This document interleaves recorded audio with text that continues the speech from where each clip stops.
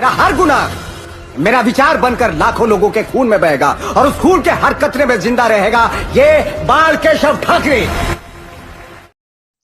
आप सभी को मेरा नमस्कार। आज हम बात करने वाले हैं बाला साहब ठाकरे के बारे में, जो महाराष्ट्र की सियासत के बेताज बादशाह थे, जो ना तो पीएम थे, ना ही सीएम और ना ही उन्होंने कभी जीवन में किसी राजनीति के क्षेत्र में चुनाव लड़ा। लेकिन उनका रुतबा कुछ ऐसा था कि वे किसी भी पार्टी को पूरे महाराष्ट्र में सत्ता से गिरा और उठा सकते थे। बाला साहब का व्यक्तित्व कुछ ऐसा था कि वे लोगों को खुलेआम धमकी देते थे और उनके दरबार में विरोधी भी हाजिरी लगाने आया करते थे। सीधी बोली, जबरदस्त अकड़, चेहरे पर आत्मविश्वास।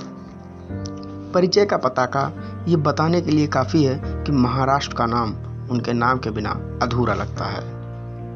कौन जानता था कि जो कभी कार्टून बनाकर लोगों को प्रभावित करते थे, उन्हें उनका अंदाज़े हनक शिवसेना जैसे महान हिंदू राष्ट्रवादी दल का भगवान बना देगा। वे बियर, सिगार और अन्य नशीली चीज़ों के शौकीन थे। इस पर उन्होंने एक इंटरव्यू में अपना मत भी रखा है, आइए देखते हैं। आप भी बियर पीते हैं? तो आदमी को कुछ ना कुछ तो ऐसी हैबिट होनी चाहिए कि लोग उनको कहेंगे कि आदमी है। मुझे वो लोग पसंद नहीं आते, बड़े बदमाश होते हैं। क्या आप सिगरेट पीते हैं? नहीं नहीं, मैं पीता नहीं। क्या आप शराब? नहीं नहीं, मैं नहीं शराब। कोई आप पान भी? नहीं नहीं, मैं पान नहीं खाता हूँ। ये सुपारी? नहीं सुपारी। साला क्यों जिंदा रहते हैं आप लोग? भाई इतना नहीं कि भाई चलो ये भी नहीं वो भी नहीं, शादी भी क्यों की, वो भी छोड़ दो। ठाकरे जी का जन्म 1926 में पुणे, बम्बई में हुआ। उन्होंने शुरुआती समय में एक कार्टूनिस्ट का काम किया, जिसमें वे लोगों को प्रभावित करते थे। वे थोड़ा अकड़ी स्वभाव के थे। उस वक्त हो रहे महाराष्ट्र के दंगों में मराठाओं की जानें जा रही थी, उसमें उनका नुकसान हो रहा था, जिससे उनके अंदर अपने लोगों के प्रति प्रेम और एकजुट होकर दिक्कतों का सामना करने की प्रेरणा आई।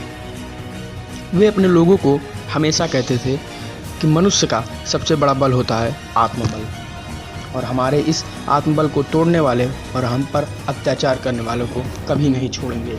जर आत्मविश्वास असेल, सेल्फ कॉन्फिडन्स, तर जगाच्या पाठीवर तू कुठेही जा, तुला मरण नाही। इस पर उन्होंने अपने कार्टूनों में खुलेआम लोगों को उनके अधिकारों के बारे में बताने का प्रयास किया, जिससे ठाकरे जी के बॉस से उनकी बहस हो।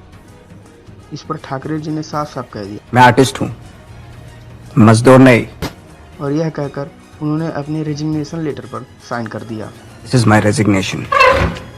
उसके बाद उन्होंने 1960 में मार्मिक नाम से एक स्वतंत्र साप्ताहिक अखबार निकाला, जिसके द्वारा उन्होंने अपने पिता केशव सीताराम ठाकरे के राजनीतिक दर्शन को महाराष्ट्र में प्रचारित एवं प्रसारित किया।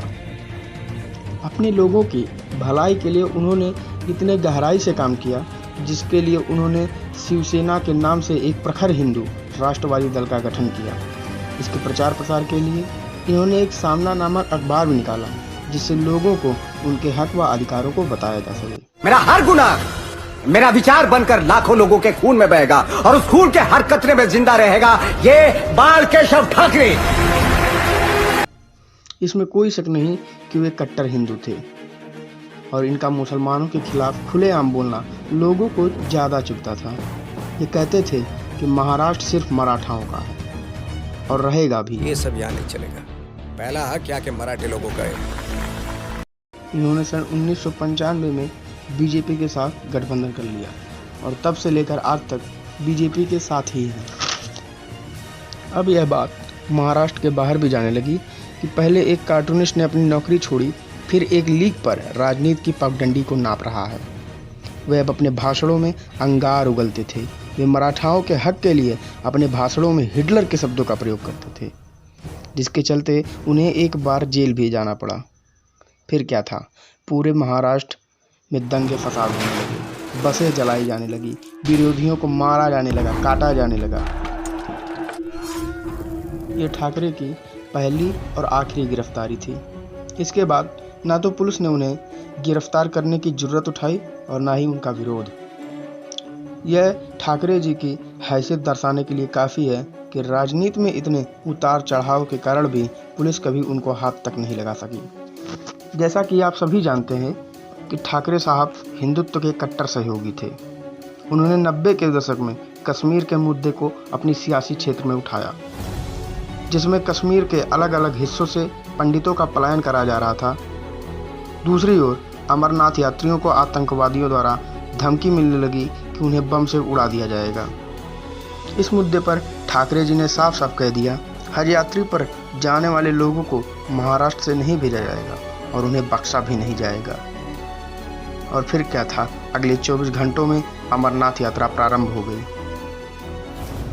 बाला साहब ठाकरे राजनीति के क्षेत्र में एक एक सीढ़ियां चढ़ते जा रहे थे। इनका रुतबा कुछ ऐसा था कि विरोधी भी इनके दरबार में हाजिरी लगाने आया करते थे। एक तरफ बयानों पर बवाल, दूसरी तरफ बवालों से उपजे मुद्दों पर बयान। इसी पर ठाकरे जी की राजनीति बढ़ती जा रही थी।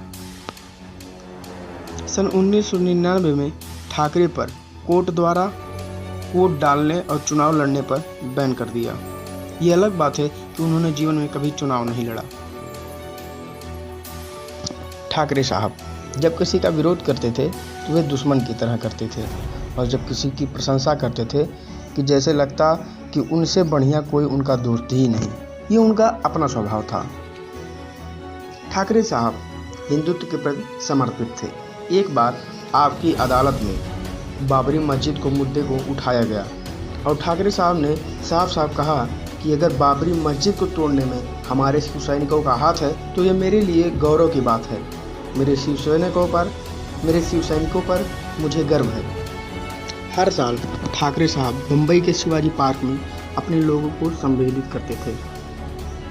इसकी शुरुआत 60 के दशक में हुई और उनके ना रहने पर भी उनके बेटे ये काम करते हैं। वे भले ही नहीं रहे, लेकिन उनकी राजनीतिक विरासत और ठसक आज भी कायम है, वो चाहे लोकसभा हो, राज्यसभा हो या विधानसभा।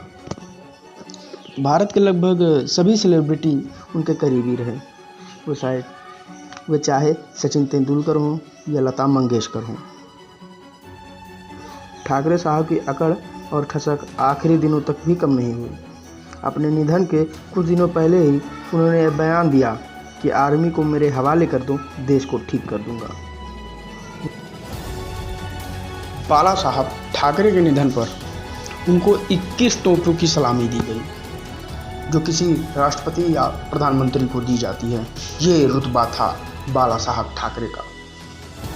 तो दोस्तों, ऐसे शेर दिल हिंदू सम्राट की वीर गाथा को जरूर शेयर कीजिए और उन शिव सैनिकों और हिंदुओं के पास पहुंचाइए जो हिंदुत्व की रक्षा करना भूल गए हैं, और इस वीडियो के माध्यम से उन्हें वो संकल्प याद आए जिससे हिंदुत्व की रक्षा की जाती है। जय श्री राम।